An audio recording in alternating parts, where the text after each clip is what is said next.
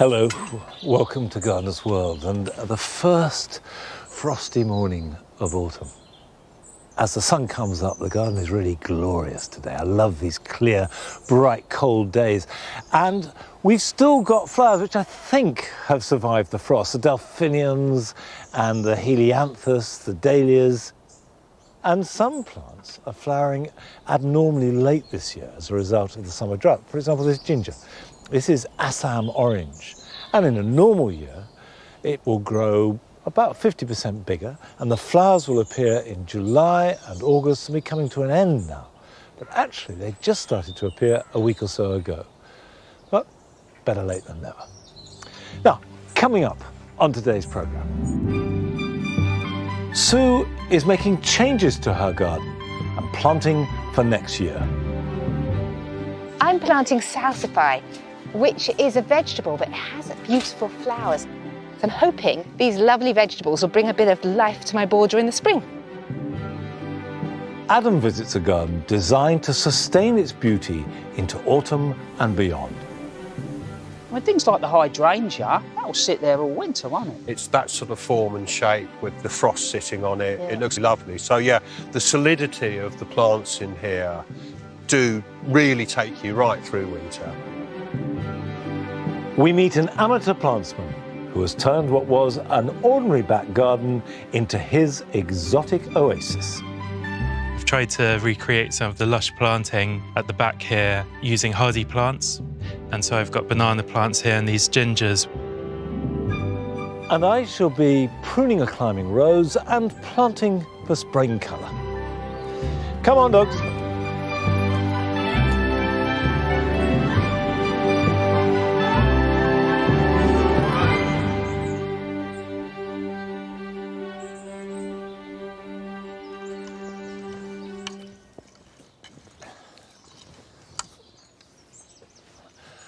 Ned and I are just putting the finishing touches to this border. Now, last week, I started the process of completely reassessing and recreating this writing garden. The shrubs have come out, we've salvaged the bulbs, and I can start the process of planting now, because if you can plant perennials and biennials in October and the first part of November, the roots go into warm soil, they get established, and then next spring they will grow away better, and also, crucially, and perhaps increasingly important, they will cope with drought much better. So, first thing to do is to make sure we don't compact the soil.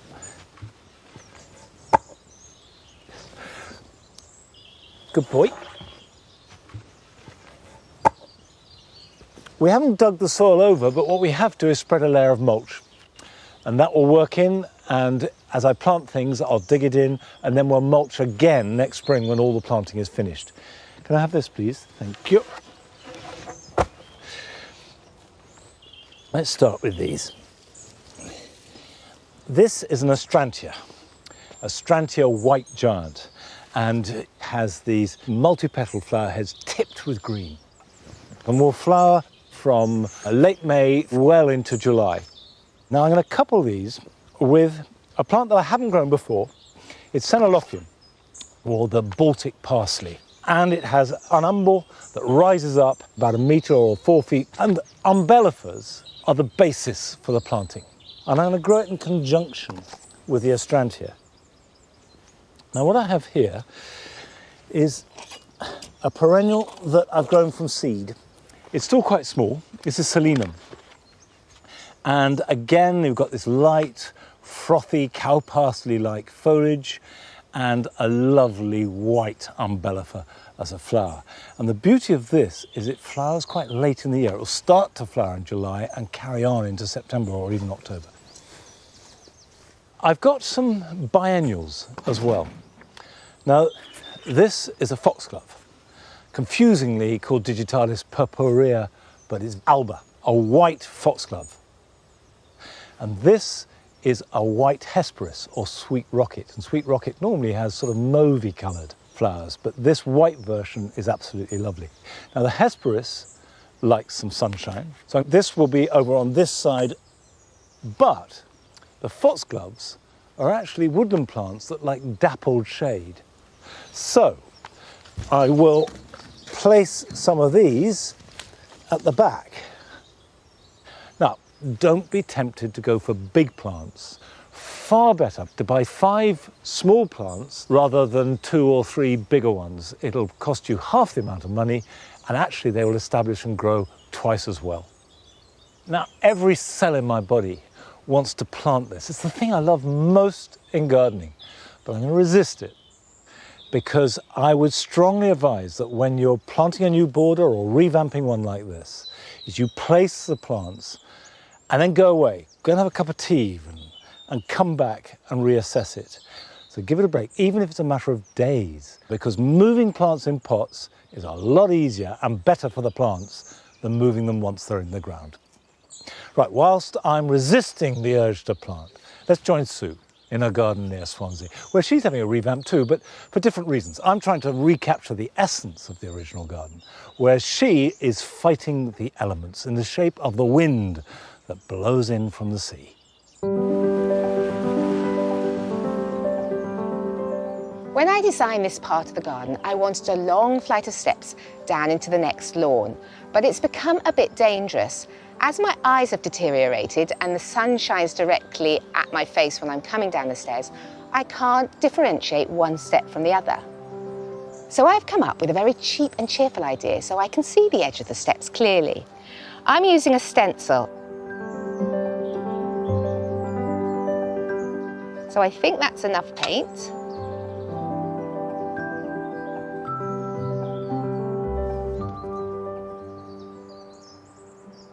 So practice makes perfect, and I've got more to do later. But for the meantime, I've got jobs to do in the rest of the garden.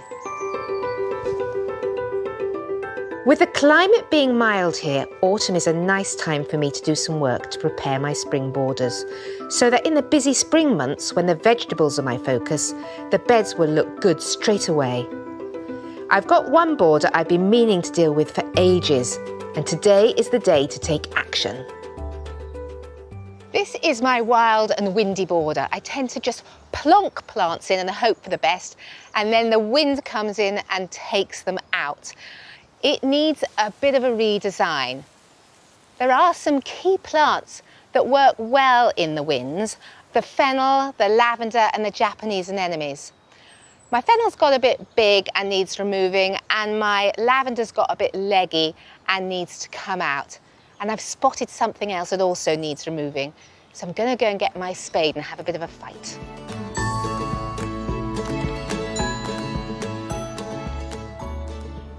I love Acanthus mollis when it's in the right place, but this isn't in the right place. It's also known as bear's breeches, and these seeds can shoot for up to 10 foot and make new plants. So it's important to get the plant out before it sends its seed.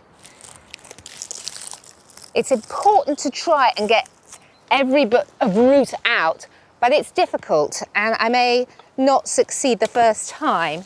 So in the spring, I'll have to be very vigilant and see if it's coming up again. You can see here, I've snapped a bit of the root there. There's a long bit of root back there. So I'm going to dig it over and see if I can find some more. Oh, look, there's one of the seeds. It's a bit, you've got to be very thorough, and still you might not win. But perseverance will eventually pay off. This used to be full of it, and now there's only a few. Next, I'm going to get on with a job that will give the garden a fabulous boost in spring. I love alliums. They give me flowers when often there's not a lot going on. These are going to go into my new flower border. Because it's not structurally ready yet, I'm going to plant the alliums in pots. And then when they grow and they poke their heads above the soil in spring, I'll transfer them into the border to exactly where I want them.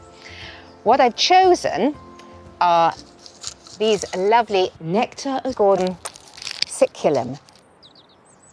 And they smell delicious, of like honey and garlic. And I'm going to put 3 each in a pot. Put them with the flatter bit down and then the sort of pointy bit up. The second ones, these are my sort of favourite. These are Sphaerocephalon. And I love these. They're also known as drumsticks. And my final choice is allium hair. Now, think of my hair with bits of pink in and you'll get the picture. So I'm going to have a lovely sort of pinky, greeny theme to the whole, you know, allium look in May and June. And if it works, I think it's going to look wonderful.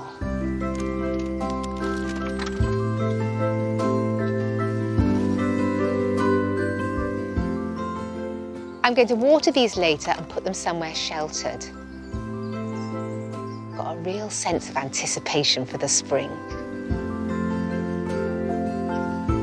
With the lavender removed, I can now get on with adding more plants to my bed. But to keep it affordable, I've gone round the garden, finding plants to fill in the space, making the most of the resources I have and growing the rest from seed. To make the changes to this bed, I've decided, so I don't make the same mistakes again, to make a plan. And I've marked where the wind will run through most ferociously. So that means that I have to put certain plants there. I'm going to have to pack the plants in quite tightly because this also helps them to support each other when it is windy. I found by painting the colours in, I get a really good idea. So this is just part of the border and what I think it might look like in spring. So I've got the Lavateria pink, I'm putting in white foxgloves. I've got the Cotinus, which is purple. Then it shows me what's missing and what I could add to the picture to make it even more glorious. So now I'm going to get on and plant it. This is a very free draining soil and I'm in a very mild climate. So it's all right for me to plant lavender at the end of the season like this. But ideally they should be planted in spring, which is what I'm going to be doing with the rest of them as I've still got some annuals flowering where they're going to go. I'm just going to pop it in, pop the soil back in, going to do some firming in, and then give it a quick water. Next, I'm getting in a tall thalictrum to give me the colour spectrum I'm looking for.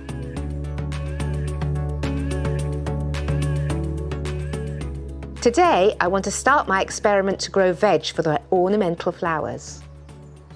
I'm planting Salsify, which is a vegetable, but it has beautiful flowers and it can be used in the ornamental border. I'm going to combine it with a third of the tops of parsnips, and when you plant those, they again grow umbel type flowers, which are yellow, and that will look very good with the daisy sort of flowers of the Salsify. So I'm hoping, you know, these lovely vegetables will bring a bit of life to my border in the spring. It's going to take a few days for me to get the rest of my plants in the border, but for now I'm going to have a bit of a rest from digging and get on and paint some of my daisies.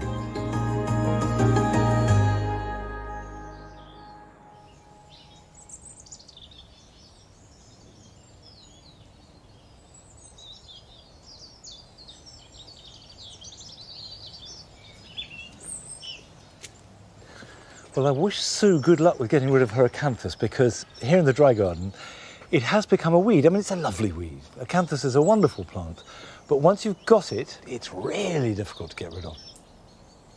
Now, it's time to prune this climbing rose. It's a hybrid tea climber called Caroline Testute, and it's got wonderful, blousy pink flowers, looks really good.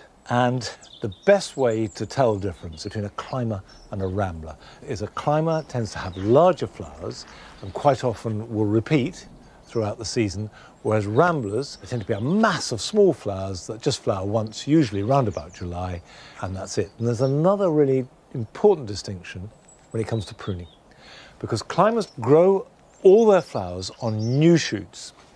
What that means in practice is a shoot like this will not produce any flowers at all next year, but it will produce shoots that produce flowers next year.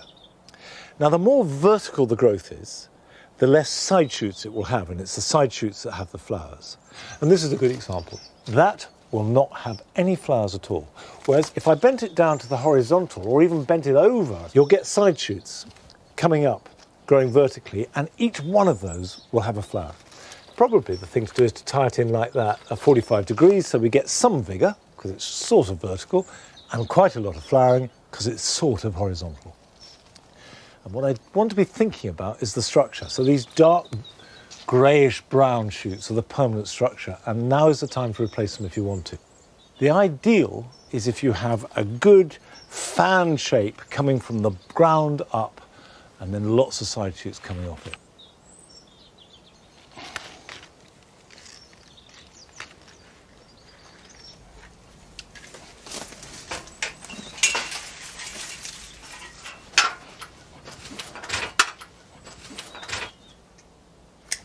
I'm cutting all the side shoots off. And basically you just prune all this year's growth back to stubs, and you'll get new growth from those, and the new growth will have the flowers. I'll plug away at this. This will probably take me another 45 minutes or an hour. And next year I know it will flower really well. So just remember the principles. Get a good structure, cut back the side shoots, and then leave it alone, and it'll be absolutely fine. Okay, I'll tidy up, which will be quite tricky, but while I'm doing that, let's go and visit one of your gardens. Hello, Gardener's World, and welcome to our garden in the Nene Valley of Northamptonshire. We are Kat and Tim, and our Ukrainian family we have sponsored since May, Olya, Andriy, and Bohdan. Wait, hello! In our house, we have always loved homegrown vegetables. And now Olya and her boys help us grow tomatoes, courgettes, chard, and many other seasonal delights like this cucumber Bohdan has discovered. Tim is the main chef in our house, and he loves to cook Italian food. So, our garden is devoted mostly to growing several varieties of tomatoes, so that we can make liters and liters of passata for his fantastic meals. Like most this summer, we have had very little rain. Our harvest, luckily, has survived the drought, and we have been picking tomatoes for a full month now. Once our tomatoes are ready to harvest, we roast them in the oven with olive oil. Andrei is now pureeing the roasted tomatoes through a mouli. One gardening trick I like to use is to layer cardboard over newly planted and watered plants. I dampen the cardboard fully, anything from delivery boxes to cereal boxes, then I layer it thickly with mulch. The soil stays damp longer, and this cuts down on watering and also helps to keep the weeds down. We hope you have enjoyed a short tour of our garden. Thanks for watching, Gardener's World.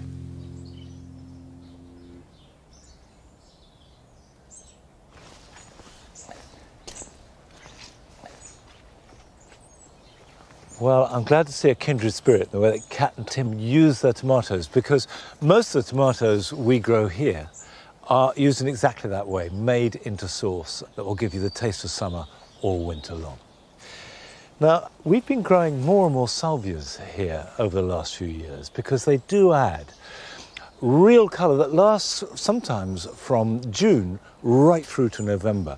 And perhaps the most consistent of all the salvias we grow is this one. It's called Salvia Curvy Flora.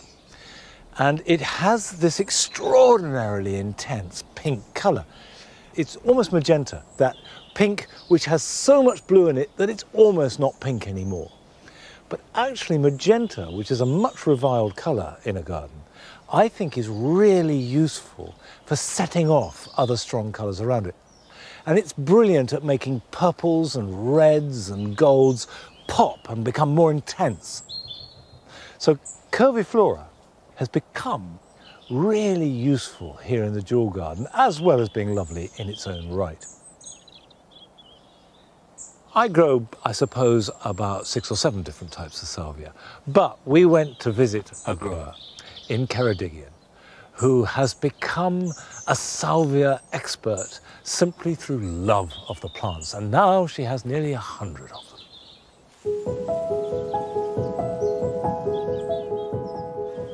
I love salvias because they are so varied in colour, height, form, leaf, smell. They come from all over the world, and there's a certain challenge because it's an enormous family and you could never possibly collect them all. They flower for 6 months. They only require a bit of deadheading. There are a lot which are thought of as tender, which will actually take -5 with a bit of mulch. And the tender ones will give you fresh colour in your garden right up to November when pretty much everything else is gone. And they attract lots of beneficial insects. I'm Vicky Weston. I have a Salvia Nursery here on my 3-acre site, and I grow between 70 and 100 varieties of salvia.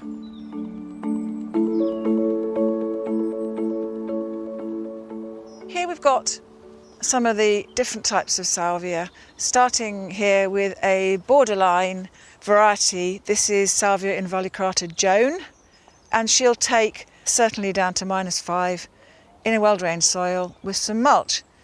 This is one of my absolute favourites. This is Salvia leucantha, known in English as willow leaf sage. This is tender, so I plant these out in the spring and I will take them inside in the winter. And these beautiful stems will arch out to sort of 2 feet with the white flowers, and this is very, very furry. Over here is a whole bed of small-leafed, shrubby-like, totally hardy salvias, the only difference being the colour, going from cherry pie through glacier and raspberry royale. And those I just leave, I don't cut them back. They are mulch, mainly to help me with the weeding, and those will be absolutely fine. They will just shoot again in the spring, hardy to -10. I also grow the European hardy herbaceous forms, which are mostly finished flowering by September, but they can be just left and they'll be back in the spring to flower all over again.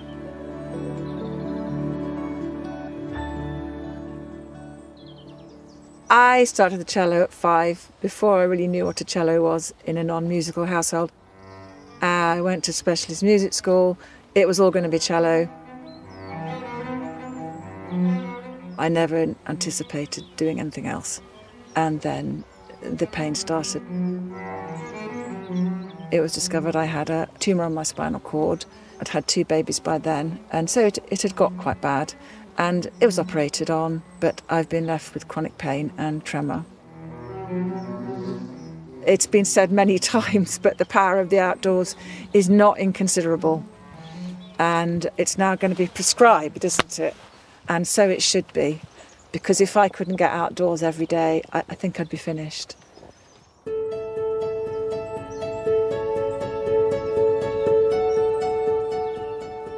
This lovely thing is Salvia oliginosa, ugly name, English name bog sage, but it's not suitable for planting in a bog. It needs the good drainage that all the rest of them use. But you can see it's quite different. It's tall, it's willowy, it doesn't mind the strong winds I get here at all.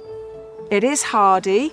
It will die back completely and disappear, so it's important to mark it so that you don't inadvertently dig it up while you're weeding. It's a total favourite of mine because I'm an addict of blue, and it's just such a clear colour. I just love it.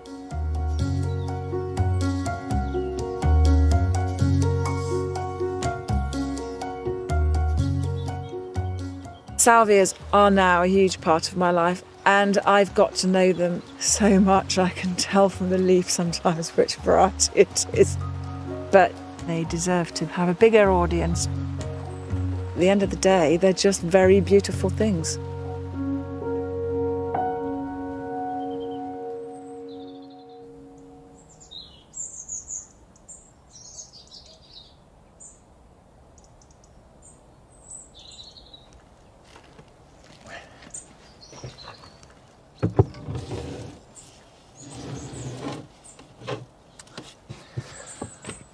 Well, I certainly noticed on my salvias, and I don't know if Vicky did too, that they seem to take the heat wave and the drought this summer perfectly well. They didn't grow so big, but I didn't water them, and they were absolutely fine, and they're still flowering.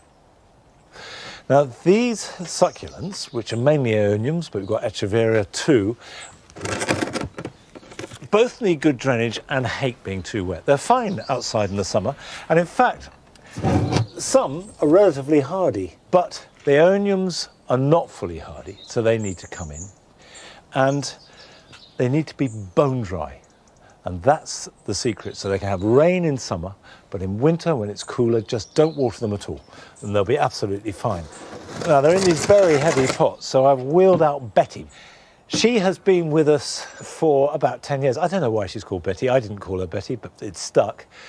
And it's incredibly useful, because what Betty will do is turn on her own axis. Look at that. And just whiz her around. There we go. So these now go into the wooden greenhouse where we keep it frost-free, but that's all. We don't try and heat it up as such. And then they can come out in April. These yellow crocus-like flowers are Sternbergia that flower now in autumn, and they just give this intense flare of colour. And behind them, the saffron crocus. And it is incredible when you think that saffron is produced just from these tiny little stamens. It's such a precious thing. Right, still to come on today's programme. Adam visits a garden full of the shapes and colours of autumn. You can feel now, as the garden's on the turn, the atmosphere is changing. And interestingly, the light's now As we've changed. said that, yeah. Things come alive, don't they? Absolutely. So that's what you look for in autumn, isn't it? That beautiful sunlight which is shining on those lovely autumn colours. And we meet a gardener who combines arid, lush and traditional planting to dramatic effect. The star of the show has to be this Agave vatifolia, which is the whale-tongue agave. This agave comes from Mexico, where it can get very cold over winter, and so it's very well adapted to the climate here. But first, we're going to East Lothian to visit one of your gardens.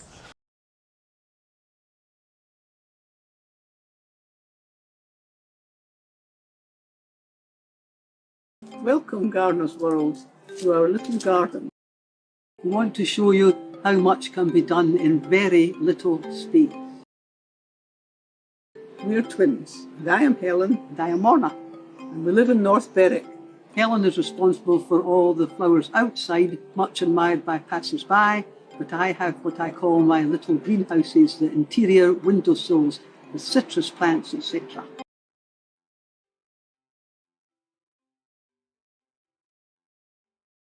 Now this mint here, I grew from a cutting, and it was in a small grey pot, and I wanted to see if the roots were coming out the bottom, ready to repot. So I turned the pot up, and I had netting from an orange bag, and I could see trapped between the orange bag netting and the pot was a vine weevil, couldn't get through. So that's a very good tip for protecting your plants from vine weevil. This is one of my south-facing greenhouse windowsills. This is an Nepenthes.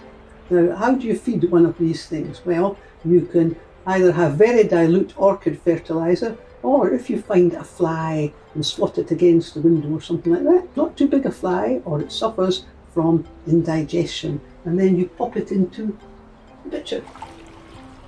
I hope you've seen how many plants can be grown in just a small space, all in pots, outside and inside on the windowsills. So goodbye, Gardener's World, from the twins in North Berwick.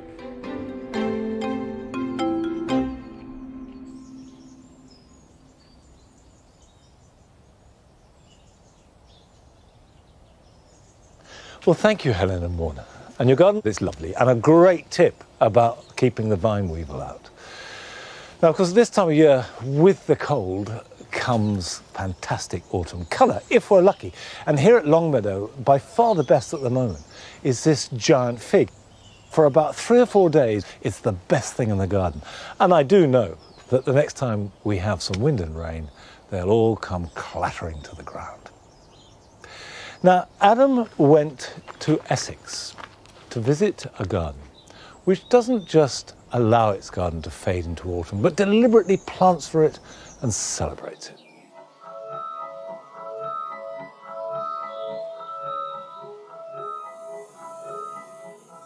It's getting to that time of year, nights are drawing in, the fire goes on, we wrap ourselves up in blankets and start to think about next spring. The gardening year is not over, and if you plan it right, the autumn garden can be filled with form, texture and beauty. I've come to the garden of designer Jeremy Allen near Colchester to see how he's created a space which celebrates the winding down of the year, showing you can still have beauty even if the sun is only out a few hours a day. Jeremy's been working on this garden for 15 years, and here in the top garden, now filled with swaying grasses, the transformation has been dramatic. What was it like when you got here? Well, it was a total jungle, really, this part in particular. So the first few years we were here, we spent most of that time, rather than creating a garden, just trying to clear the space so that we could then start to create a garden. Yeah. So the area that we're in at the moment, how did you first set this piece out? I knew I wanted to fill the whole area with plants. And what I actually did was get a piece of paisley cloth. Yeah. There are 7 large beds here, and I traced out the shapes of the paisley and fitted them together. But the idea was that as you approach, that you don't see the paths, so it appears to be one mass of planting. So in a sense, you've got these lovely curvaceous shapes that just overlap each other. Absolutely right, yeah. Driven by a tie. Absolutely. In actual fact, it was an old piece of curtain, but you're right. It's brilliant, it's really lovely. This prairie planting sits on a steep east-facing slope. Low autumn light brings this space alive, shining through the structural seed heads of Actea, Veronicastrum, and illuminating clumps of Calamagrostis that glow and flow in the breeze. You've got the space and you can play, but actually there's a lot going on here that you could compact and put into a smaller space. Absolutely. What we have here are really big drifts of plants, but you can slim all of those down in numbers and still achieve that same sort of effect and feeling in a much smaller space. And you can see this place is still going to hold really good structure all the way through the winter. Yeah, and I try not to cut any of this back until late March. You should always choose plants that die well, i.e. hold their structure throughout the winter. There's a huge amount of beauty still to be seen in the decaying forms of all these plants.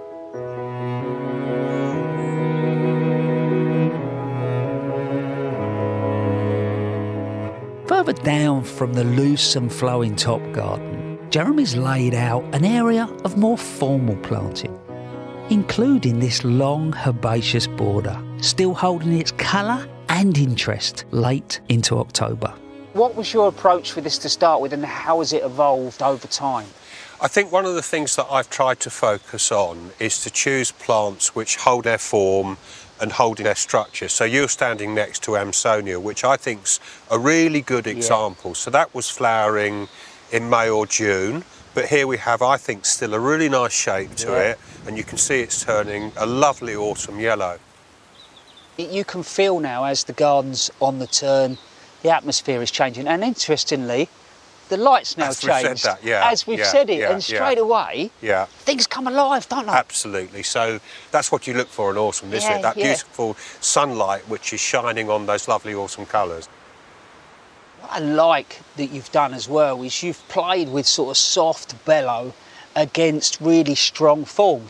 I think that the solidity and architectural form that the hedges provide are a really important element in the garden. During the summer months, the floral colour in front of them looks absolutely lovely, but it's that definitive shape that helps carry you through the winter when there's so much less else to see.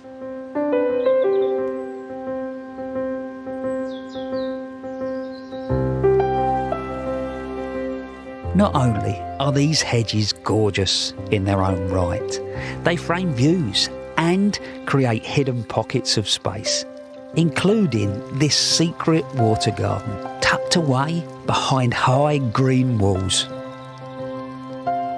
It's a garden where you're always wondering what's around the next corner.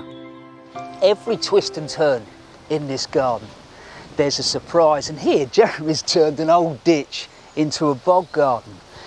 And what I love about it is not just these zigzagging boards that are beautiful to move across, but you're looking down on the plants, so you have to engage in a slightly different way. And every time I go and look around one of these gardens, there's something that catches my eye, and I think I can take that idea home, put a twist on it, and call it my own. And I think this is just that.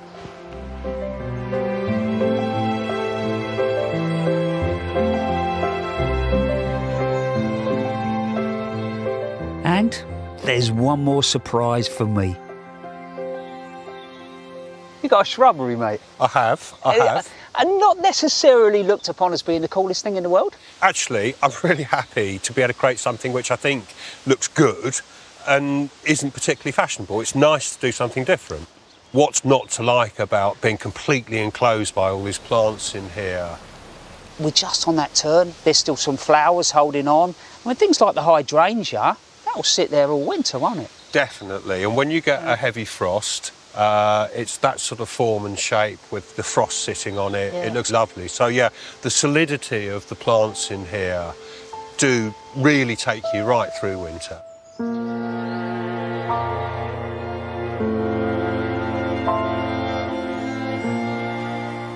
I know this is a big garden, but I think Jeremy demonstrates that if you think about your space in layers, the trees, the shrubs, the herbaceous planting, you can really add more detail later into the year.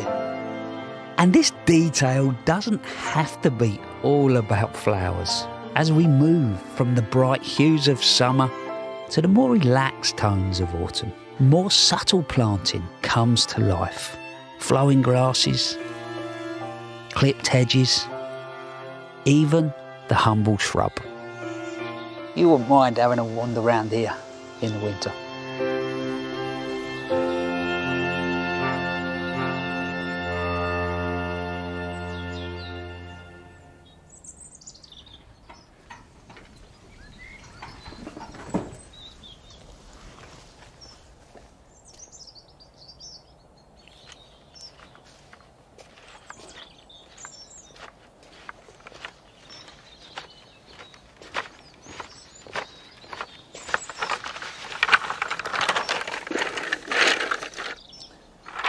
Autumn's beautiful, but there's no question that it's followed by winter. And as soon as those first frosts come, the vegetable garden shifts. And the first frost last night has had its impact. You can see the courgettes have been burnt, the French beans, those leaves are turning black. The Florence fennel is not really hardy, a little bit hardier than the courgettes and the beans, but they too will rot in the wet and the cold. However, things like the beetroot, like the radicchio, and of course all the brassicas are really hardy. But a problem that we've had over the last few years here at Longmeadow is a huge increase in pigeons. If I leave these cabbage, for example, unnetted, then the pigeons will rip them to shreds. So I'm just using canes like that.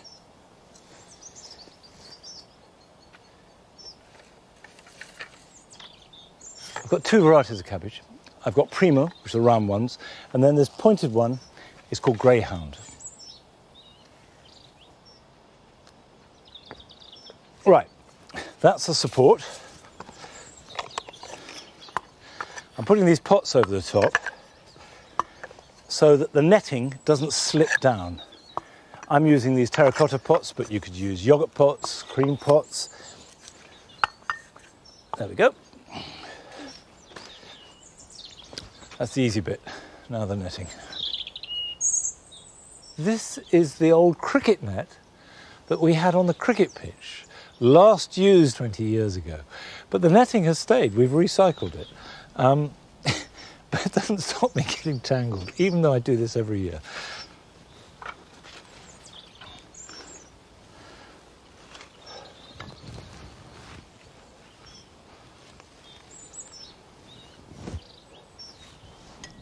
Now, of course, if you don't have a net, or don't want to use a net, you can use a scarecrow. People use old CDs. Anything to deter them. Use some bricks to weigh it down.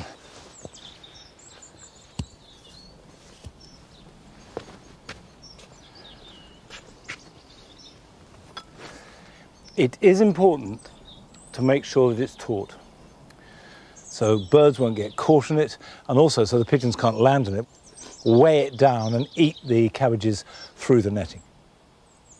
I accept that my netting isn't going to win any prizes. It does look a bit rough. However, it'll do the job, and that's what matters, is to keep the pigeons off long enough for us to harvest them before they do. Now it's time to visit one of your gardens, and whilst I might not win any prizes at a competition, the local flower show and the competitions involved there play an important role. Morning, it's Hannah here from Catsfield, East Sussex. I'm up really early this morning to prepare for a local village show, and I thought you might like to join me as I collect things to enter. So I only started entering village shows this year, but I've got so much out of it. I have 2 little boys and I can't spend a lot of time preparing, but I just wanted to share that it's still possible to enter, even if all you can do is get up on the morning of the show and dash around the garden and see what you can find, which is exactly what I'm going to do. So I've got a lovely pumpkin here, and I'm going to take some of this beautiful chard. Oh, there we go, that looks pretty good. Now I was hoping to enter some dahlias because they have been so good this year, but this is the best I've got. Not really up to scratch, but the category is the best dahlia in my garden today, so I might just enter it anyway. And finally we've got this giant Tromboncino squash, perfect for the funniest shaped vegetable category. I'm going to go and get all this cleaned up nicely now, ready to display. Wish me luck, chickens! So I'm just back from the show. My basket of veg, I got second prize. For this, I got first prize. But the biggest surprise of all was that I got a first for my dahlia, which I was not even going to take. So it just goes to show that your entries don't have to be perfect, and it really is about just taking part and putting in what you've got.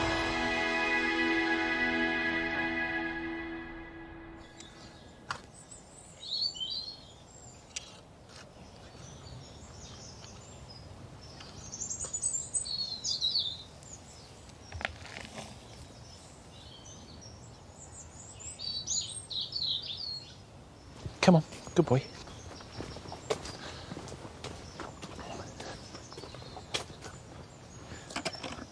I think that's a pretty good result, Hannah. It certainly shows that whatever garden you've got, sharing and taking part is half the fun. Now this is the Long Walk.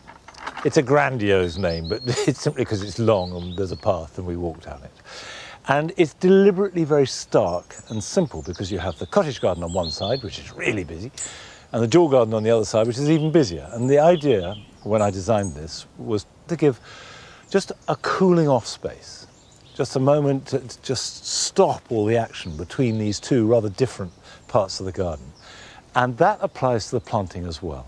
So obviously we have the permanent planting of the peach limes and the hornbeam hedges and the box pyramids.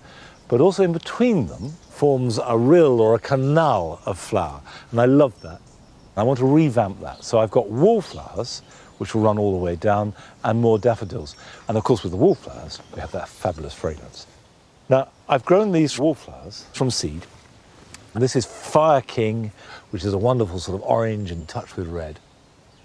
You can see they're pretty good plants. Wallflowers can be quite tricky to grow from seed because what you want is a nice, decent sized plant, and they can be slow to get going. And what I've learnt over the years is the secret is you sow them in some compost, and as soon as you can, get them out into garden soil. They grow much better in soil than they do in potting compost.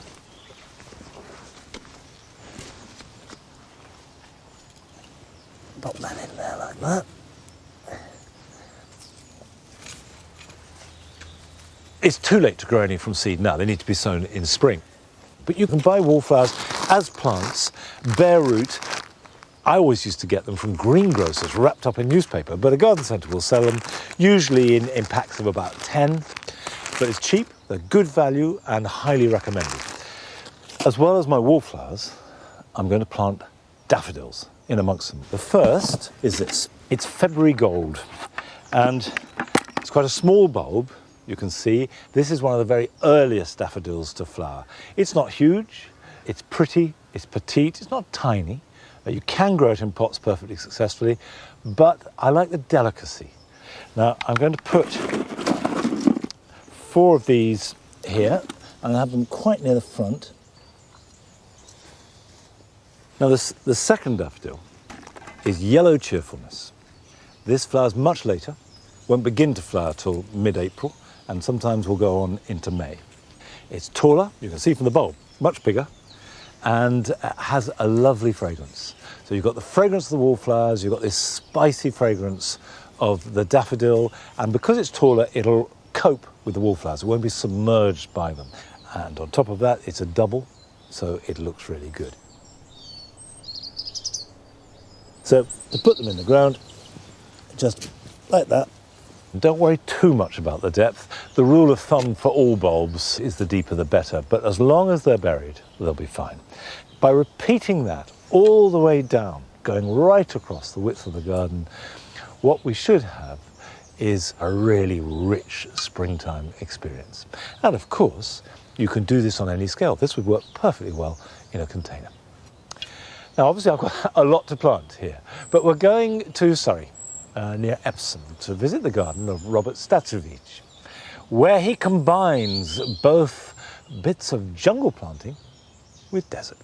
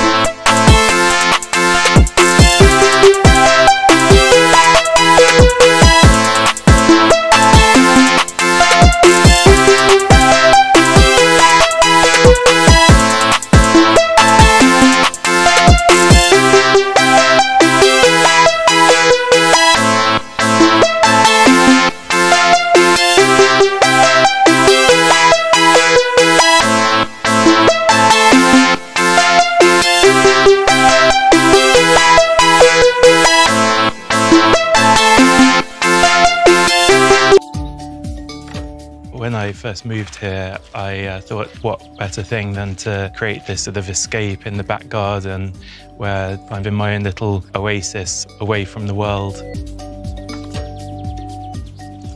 I wanted to create essentially an English garden, but using lots of exotic plants that remind me of my travels abroad. I wanted to create a very biodiverse space, something that attracted wildlife but was also dramatic and interesting.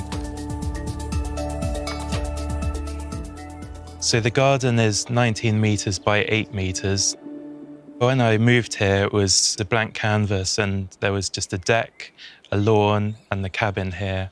I replaced the lawn with a large pond and a path that curves through the garden, leads you on a little bit of a journey. I've got lots of arid plants at the back of the house. The end of the garden, it's north facing up against my cabin, and so I've used that shadow to grow lots of ferns and other moisture loving plants. I have a palm halfway through the garden, which is a Washingtonia, and that's a palm that comes from the desert. I included it here because it blurs the boundaries between the arid-loving plants and the moisture-loving plants. Looks very exotic.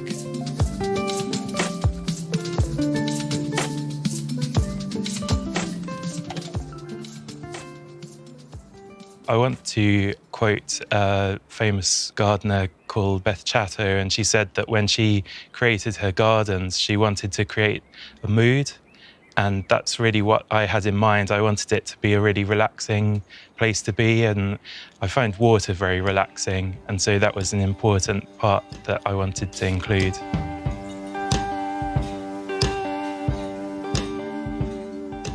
I have one very large pond, 2.5 meters across.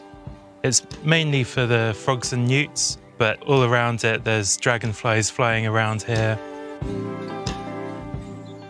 The inspiration here was the Singapore Botanic Gardens. I've tried to recreate some of the lush planting at the back here using hardy plants. And so I've got banana plants here and these gingers. This is Hedychium tara, which has just started into flower. Lots of people say that I should be growing plants that are native to my area, but actually these exotics have been really good at encouraging pollinators. When you're creating a natural pond like this, it's important that you get lots of leaf cover from floating plants, and with this water lily, the more it grows, the clearer the water will get. This is a very special water lily called Denver. It's a hybrid of tropical water lily species and a hardy water lily species. The great thing with this is that it will flower with lots of hybrid vigor all the way through the summer, almost until the first frosts. I have 2 rectangular ponds either side of the steps, which give a sense of drama. In one of these ponds, I have a really stunning water lily with really dark red flowers. It's called Black Princess. And also, because 3 ponds aren't enough, I have one small pond by the house with a water canna called Erebus. So it lives as an aquatic plant with glaucous leaves emerging from the water, and then these amazing sort of pinky peach flowers.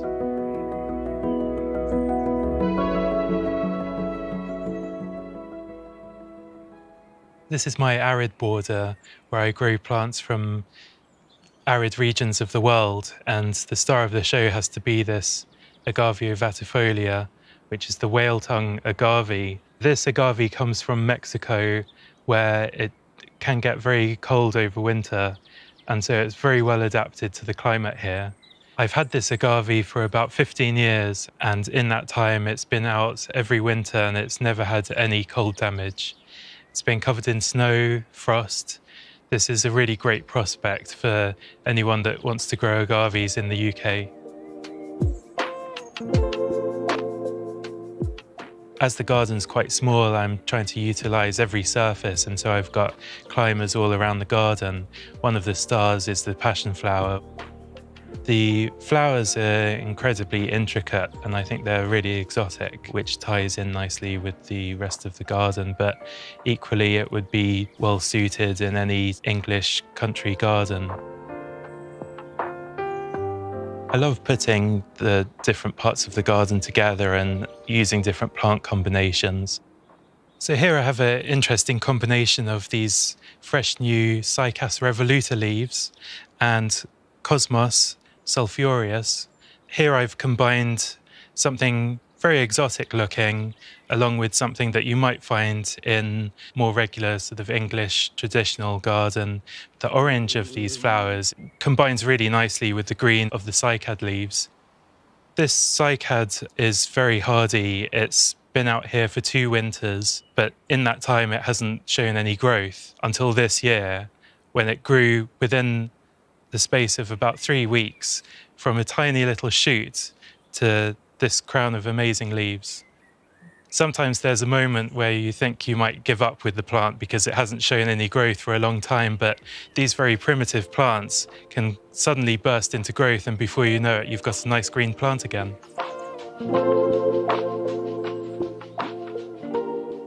I'm really proud of my garden. It's been a lot of work, and I can say that now everything's in place, I'm hoping to really enjoy it much more.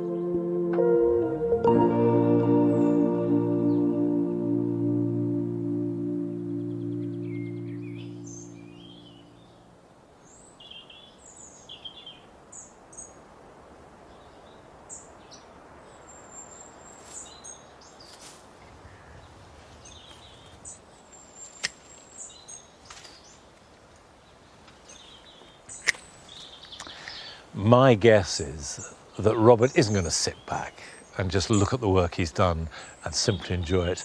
Someone who loves gardening as he does and with his passion for plants is going to want to plant more, to garden, to stay involved, maybe create a new garden.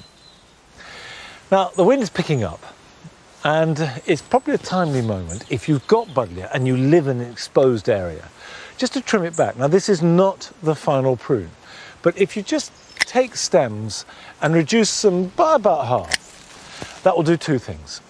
One, it will stop them breaking in the wind, and two, you avoid root rot. Now, when you get lots of growth like this on a buddleia, the wind rocks it and it acts as a sail, and the roots that are holding it steady can break, and that will affect next year's performance. So by reducing the amount of top growth at this time of year, you are protecting it from the worst of winter storm. And then in March, you can give it its proper prune. And while I'm doing this job, here are your jobs for the weekend.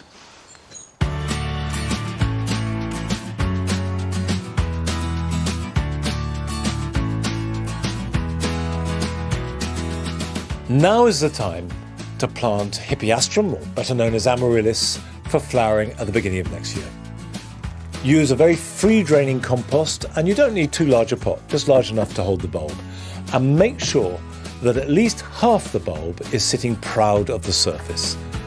Top it up with some grit, which will help drainage and make it look good, and put it somewhere warm and bright, and the warmer the better. Water it well, and it should start to flower somewhere between Christmas and the New Year and brighten up the darkest days.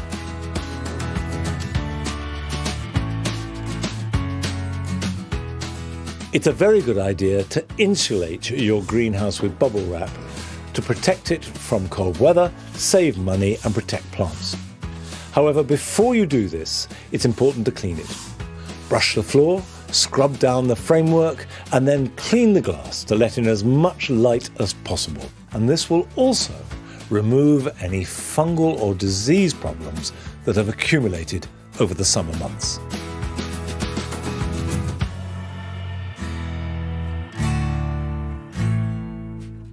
Sowing peas now will give you an especially early harvest next spring. Choose a variety like these, Douce Provence, which is suitable for autumn sowing, and put them either into pots or root trainers. Water them well and put them somewhere warm to germinate. They should be ready to plant into a greenhouse or polytunnel in the new year, or outside into the garden as soon as the soil warms up.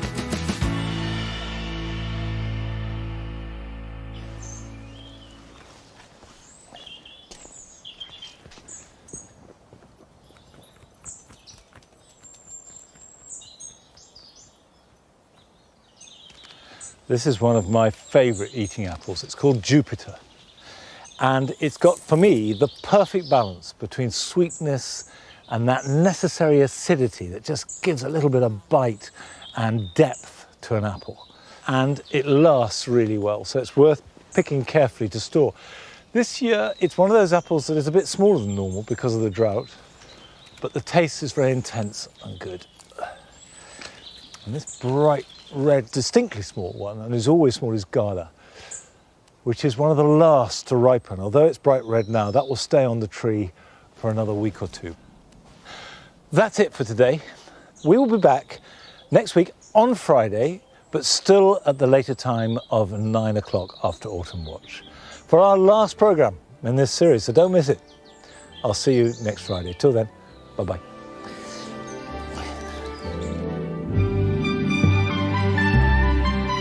With easy ideas and inspiration for making beautiful gardens anywhere, Adam Frost's How I Garden book is available now. Now, what does it take to build a world-class garden? Press red to watch the creation of RHS Bridgewater on iPlayer.